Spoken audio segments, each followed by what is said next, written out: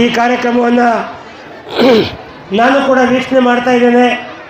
ಹಾಗೆಯೇ ಕಳೆದ 15 ದಿವಸಗಳಿಂದ ನಿರಂತರವಾಗಿ ಏನು ಕಾರ್ಯಕ್ರಮಗಳು ಪ್ರಾರಂಭ ಆಗಿ ನಮ್ಮಲ್ಲಿ ತುಮಕೂರು ಜಿಲ್ಲೆಯಲ್ಲಿ ಸಿದ್ಧಗಂಗಾ ಮಠ ಮತ್ತು ಪಟ್ನಾಯಕನಹಳ್ಳಿನಲ್ಲಿ ಈ 2 ಕ್ಷೇತ್ರಗಳಲ್ಲಿ ಮಾತ್ರ ಈ ರೀತಿಯ ಬೃಹತ್ 15-20 ದಿನಗಳ ಕಾರ್ಯಕ್ರಮ ನಡೆಸೋದು ಇದೊಂದು ನಿಜಕ್ಕೂ ನಮಗೆಲ್ಲ ಹೆಮ್ಮೆಯ ವಿಚಾರ.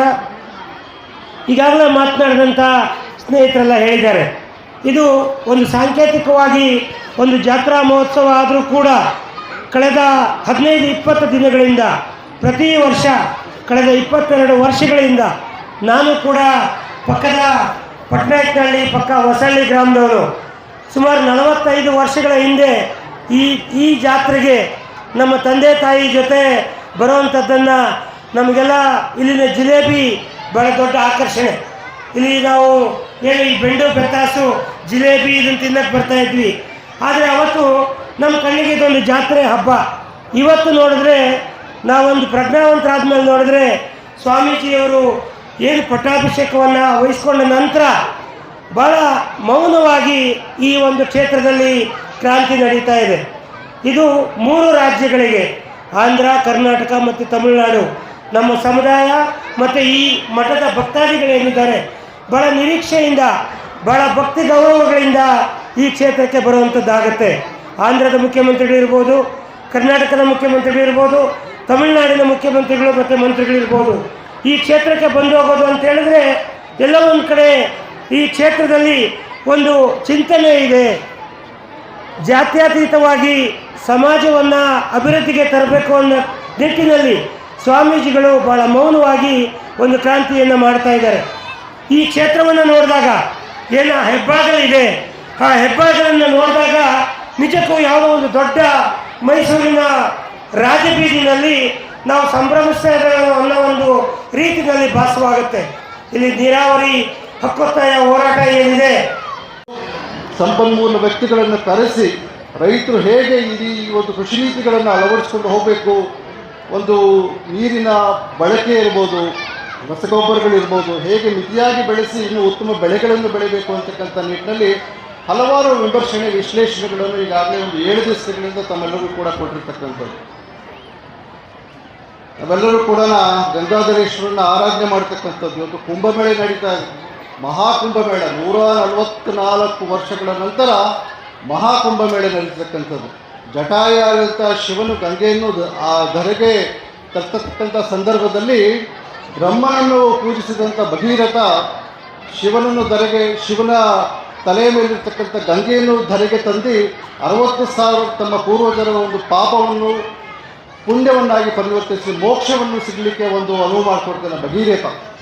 ಅದೇ ನಿಟ್ಟಿನಲ್ಲಿ ನಮ್ಮ ಬಯಲು ಸೀಮಾ ಭಾಗದಲ್ಲಿ ನಿಜಕ್ಕೂ ಕೂಡ ನಮ್ಮೆಲ್ಲರ ದೈವ ಸ್ವರೂಪ ಭಗೀರಥರಾಗಿ ನಂಜಾವಧ ಶ್ರೀಗಳು ನಮ್ಮೆಲ್ಲರ ಒಂದು ನೀರಾವರಿ ಹಕ್ಕೊತ್ತಾಯಗಳನ್ನು ಈಡೇರಿಸಿ ಇವತ್ತು ಕೆಲವಾರು ಬಾರಿ ನಿಷ್ಠೂರವಾದಿಯಾಗಿ ತೀಕ್ಷ್ಣವಾಗಿ ಹೋರಾಟ ಮಾಡಬೇಕಾದ ಸಂದರ್ಭಗಳು ಕೂಡ ನಾವು ಬೀದಿಗೆ ಇಳಿದು ಇವತ್ತು ಸಮಾಜಕ್ಕೆ ಒಳ್ಳೆಯದಾಗಬೇಕು ಅಂತಕ್ಕಂಥ ನಿಟ್ಟಿನಲ್ಲಿ ಒಂದು ದೇಶದಿಂದ ಒಂದು ಬದ್ಧತೆಯಿಂದ ಅವರು ಹೋರಾಟಗಳನ್ನು ಮಾಡಿ ಅದು ಯಾವುದೇ ವಿಷಯವಾಗಿರ್ಬೋದು, ಒಂದು ಕೃಷಿ ನೀತಿ ಇರ್ಬೋದು ಅಥವಾ ನೀರಾವರಿ ನೀತಿ ಇರ್ಬೋದು, ಜನರ ಒಂದು ಸಮಾಜದ ಒಂದು ಸಬಲೀಕರಣ ಇರ್ಬೋದು, ಯಾವುದೇ ನಿಟ್ಟಿನಲ್ಲೂ ಕೂಡ ಕೋಲಾರದಲ್ಲಿ ಎತ್ತಿನಹೊಳೆ ಒಂದು ನೀರಾವರಿ ಅನುಷ್ಠಾನಕ್ಕೆ ಬರಲಿಕ್ಕೆ ಅವರು ಮಾಡಿರ್ತಕ್ಕಂಥ ಪ್ರಯತ್ನಗಳು, ಹೋರಾಟಗಳು, ಈ ರೀತಿ ಹಲವಾರು ಹೋರಾಟಗಳಿಂದ ನಿಜಕ್ಕೂ ಕೂಡ ನಮ್ಮೆಲ್ಲರೂ ಕೂಡ ಮಾರ್ಗದರ್ಶಕರಾಗಿ ಇವತ್ತು ಶ್ರೀಗಳು ಇವತ್ತು ನಮ್ಮೆಲ್ಲರ ಮುಂದೆ ದೈವ ಸಂಭೂತರಾಗಿ ನಿಂತಿರ್ತಕ್ಕಂಥದ್ದು.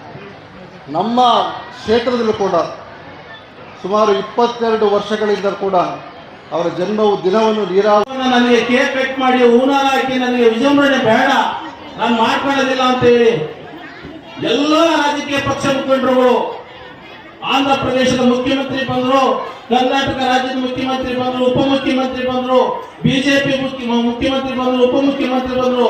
ಅಷ್ಟು ಸುಲಭವಾಗಿರ್ತಕ್ಕಂಥ ಕೆಲಸ ಅಲ್ಲ. ಒಂದು ಮಠದ ಶ್ರೀಗಳು ಇವತ್ತು ಇವನ್ನೆಲ್ಲ ಒಗ್ಗೂಡಿಸಿ ಇಲ್ಲಿ ಅವರು ಏನು ಬೇರೆ ಕೇಳಲಿಕ್ಕೆ ಅವರು ಕರ್ಸೋದಿಲ್ಲ.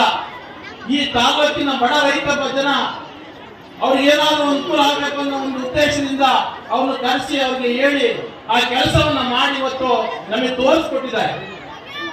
ಬಹುಶಃ ನಮ್ಗೇನು ಬರಗಾಲ ಇತ್ತು ಸಿರಾ ತಾಲೂಕಿನಲ್ಲಿ ಅದನ್ನ 70% ಇವತ್ತು ನಿಲ್ಲಿಸಿದ್ದಾರೆ ಅಂತ ನಾನು ಆತ್ಮಸಂತೋಷದಿಂದ ಹೇಳಲಿಕ್ಕೆ ಇಚ್ಛೆ ಪಡ್ತೇನೆ. ಸರ್ಕಾರಗಳ ಅವಶ್ಯಕತೆ ಏನಿದೆ ಇದು ಪ್ರಶ್ನೆ. ಹಾಗಾಗಿ ನಮ್ಮನ್ನು ಆಳುವಂಥ ವ್ಯವಸ್ಥೆಗಳು ಕರುಣಾಮಯಿಗಳಾಗಬೇಕು, ದೂರದೃಷ್ಟಿಯನ್ನು ಇಟ್ಕೊಳ್ಬೇಕು ಮತ್ತು ಎಲ್ಲರನ್ನೂ ವಿಶ್ವಾಸಕ್ಕೆ ತೆಗೆದುಕೊಂಡು ಜನಗಳಿಗೆ ಬೇಕಾದಂಥ ವ್ಯವಸ್ಥೆಗಳನ್ನು, ಅನುಕೂಲಗಳನ್ನು, ಮೂಲಭೂತ ಸೌಕರ್ಯಗಳನ್ನು ಮಾಡಿಕೊಡುವಂಥ ನಿಟ್ಟಿನಲ್ಲಿ ಭಾಳ ದೂರಗಾಮಿ ಚಿಂತನೆಗಳನ್ನು ಮಾಡಬೇಕು ಹಾಗೆ ಅಂತೇಳಿ ಈ ಸಂದರ್ಭದಲ್ಲಿ ಹೇಳ್ತಾ, ಹಂಗಾಗಿ ಯಾವ ಸರ್ಕಾರಗಳು ಮಾಡಿಲ್ಲ ಅಂತ ನಾನು ಹೇಳ್ತಾ ಇಲ್ಲ. ಅದು ಗೋವಿಂದ ಕಾರಜೋಳರು ಮುಖ್ಯಮಂತ್ರಿ ಉಪಮುಖ್ಯಮಂತ್ರಿಗಳಾಗಿದ್ದಾಗ ಮಾಡಿದ್ದಾರೆ. ಇವತ್ತು ಸಿದ್ದರಾಮಯ್ಯನವರು ಅಪ್ಪರ ಭದ್ರ ಮತ್ತು ಎತ್ತಿನೋಳ ಬಗ್ಗೆ ಭಾಳ ವಿಶೇಷ ಕಾಳಜಿಯನ್ನು ಇಟ್ಕೊಂಡು ಕೆಲಸ ಮಾಡಿಸ್ತಾ ಇದ್ದಾರೆ. ನಮ್ಮ ಶಿವಕುಮಾರ್ ಅವರೇ ನೀರಾವರಿ ಮಂತ್ರಿಗಳು ಭಾಳ ಹೋರಾಟ ಮಾಡಿ ಮೊನ್ನೆ ಇಲ್ಲೊಂದು ವಿಸಿಟನ್ನು ಮಾಡಿ ಅಲ್ಲಿ ಏನೋ ಒಂದಷ್ಟು ಈ ಭೂಮಿ ವಶಪಡಿಸ್ಕೊಳ್ಳುವಂಥ ಇದರಲ್ಲಿ ರೈತರಿಗೆ ತೊಂದರೆ ಆಗಿದ್ದನ್ನು ಸರಿಪಡಿಸಿ ಅವರು ಕೂಡ ಪ್ರಯತ್ನ ಮಾಡ್ತಾ ಇದ್ದಾರೆ. ಆದರೆ ಇದು ಮುಗಿಯೋದು ಯಾವಾಗ? ನಿಮಗೆ ನಿಮ್ಮ ಕೆರೆಗಳಿಗೆ ನೀರು ತುಂಬೋದು ಯಾವಾಗ? ರಾಜೇಶ್ ಗೌಡ್ರು ನಮ್ಮ ತಾಲೂಕಿನಲ್ಲಿ ಕೇವಲ 30 ಇದ್ವು ಅಷ್ಟೇ ಅಲೋಕೇಶನ್ಗೆ ಒಳಪಡುವಂಥ ಕೆರೆಗಳು. ಇನ್ನೂ 35 ಎಕ್ಸ್ಟ್ರಾ ಸೇರಿಸಿ ನಮ್ಮ ಗೋವಿಂದ ಕಾರಜೋಳರವರನ್ನು ಅವ್ರು ನೆನಪು ಮಾಡ್ತಾ ಇದ್ರು. ಸಾಹೇಬರು ಅಧಿಕಾರಿಗಳು ಭಾಳ ಸಬೂ ಬೇಳ್ತಾ ಇದ್ದಾಗ ಅದೆಲ್ಲ ಕುಡಿದು ನಾವು ಮಾತು ಕೊಟ್ಟಿದ್ದೀವಿ, ಆ ತಾಲೂಕಿಗೆ ನೀರು ಕೊಡ್ತೀವಿ ಅಂತೇಳಿ ಅವೆಲ್ಲ ಟೆಕ್ನಿಕಲ್ ಪಾಯಿಂಟ್ಗಳನ್ನ ನೀವು ಪಕ್ಕಕ್ಕೆ ಇಟ್ಟು ನೀವು ಮೊದಲೂರು ಕೆರೆ ತುಂಬಿಸುವಂಥ ಕೆಲಸ ಮಾಡಬೇಕು ಹಾಗೆ ಅಂತೇಳಿ ಹೇಳಿದವರಲ್ಲಿ ಗೋವಿಂದ ಕಾರಜೋಳರವರು ಮೊದಲಿಗರು ಹಾಗೆ ಅಂತೇಳಿ ಅವರು ನೆನಪು ಮಾಡಿಕೊಳ್ತಾ ಇದ್ರು. ಅದು ಬದ್ಧತೆ. ನಾವು ಏನು ಮಾತಾಡಿದ್ದೀವಿ ಜನಗಳ ಮುಂದೆ ಅದು ದೇವರಿಗೆ ಕೊಟ್ಟಂಥ ಮಾತು ಅನ್ನುವಂಥ ರೀತಿಯಲ್ಲಿ ರಾಜಕಾರಣಿಗಳನ್ನ ನಡ್ಕೊಳ್ಬೇಕು. ಆ ರೀತಿ ನಡ್ಕೊಂಡಾಗ ಮಾತ್ರ ಒಬ್ಬ ರಾಜಕಾರಣಿ ತನ್ನ ಉದ್ದೇಶಗಳನ್ನು ಕೇವಲ ಅಧಿಕಾರಕ್ಕಾಗಿ ರಾಜಕಾರಣ ಮಾಡುವಂಥದ್ದಲ್ಲ, ತನ್ನ ಜನಗಳ ನೋವಿನ ನಿವಾರಣೆಗಾಗಿ ರಾಜಕಾರಣ ಮಾಡುವಂಥ ವ್ಯವಸ್ಥೆ ನಮ್ಮಲ್ಲಿ ಸೃಷ್ಟಿ ಆಗಬೇಕು. ಹಾಗಾಗಿ ಮೊದಲೂರು ಕೆರೆನೂ ತುಂಬಿತು ಮತ್ತು 30 ಇದ್ದಂಥ ಕೆರೆಗಳು ಸುಮಾರು 65 ಕೆರೆಗಳು ಮತ್ತೆ ಅಡಿಷನಲ್ ಆಗಿ ಅವರ ನೇತೃತ್ವದಲ್ಲಿ ಸೇರ್ಪಡೆಗೊಳ್ಳುವಂಥ ಕೆಲಸ ಆಯಿತು. ಅದು ಆಗಬೇಕು ಅನ್ನುವಂಥದ್ದು. ಆ ನಿಟ್ಟಿನಲ್ಲಿ ನಾವು ಚಿಂತನೆಗಳನ್ನು ನಡೆಸಬೇಕಾಗ್ತದೆ ಅನ್ನುವಂಥ ಮಾತನ್ನು ಈ ಸಂದರ್ಭದಲ್ಲಿ ಹೇಳ್ತಾ, ಸುಮಾರು ನಾವು ಈ ಪಾದಯಾತ್ರೆ ಮಾಡೋದು, ಹಿರಿಯೂರು, ಚಿತ್ರದುರ್ಗ, ತುಮಕೂರು ಏಕಕಾಲದಲ್ಲಿ ಬಂದ್ ಮಾಡೋದು ಅದಿನ್ನೂ ಹಾಗೇ ಕುಣ್ತಾ ತೆವಳ್ತಾ ಸಾಗ್ತಾ ಇದೆ. ಯಾವುದು? ತುಮಕೂರು ಮತ್ತು ದಾವಣಗೆರೆ ರೈಲು ಮಾರ್ಗ. ಈಗೇನೋ ನಮ್ಮ ಸೋಮಣ್ಣವರು ಮಂತ್ರಿಗಳಾಗಿದ್ಮೇಲೆ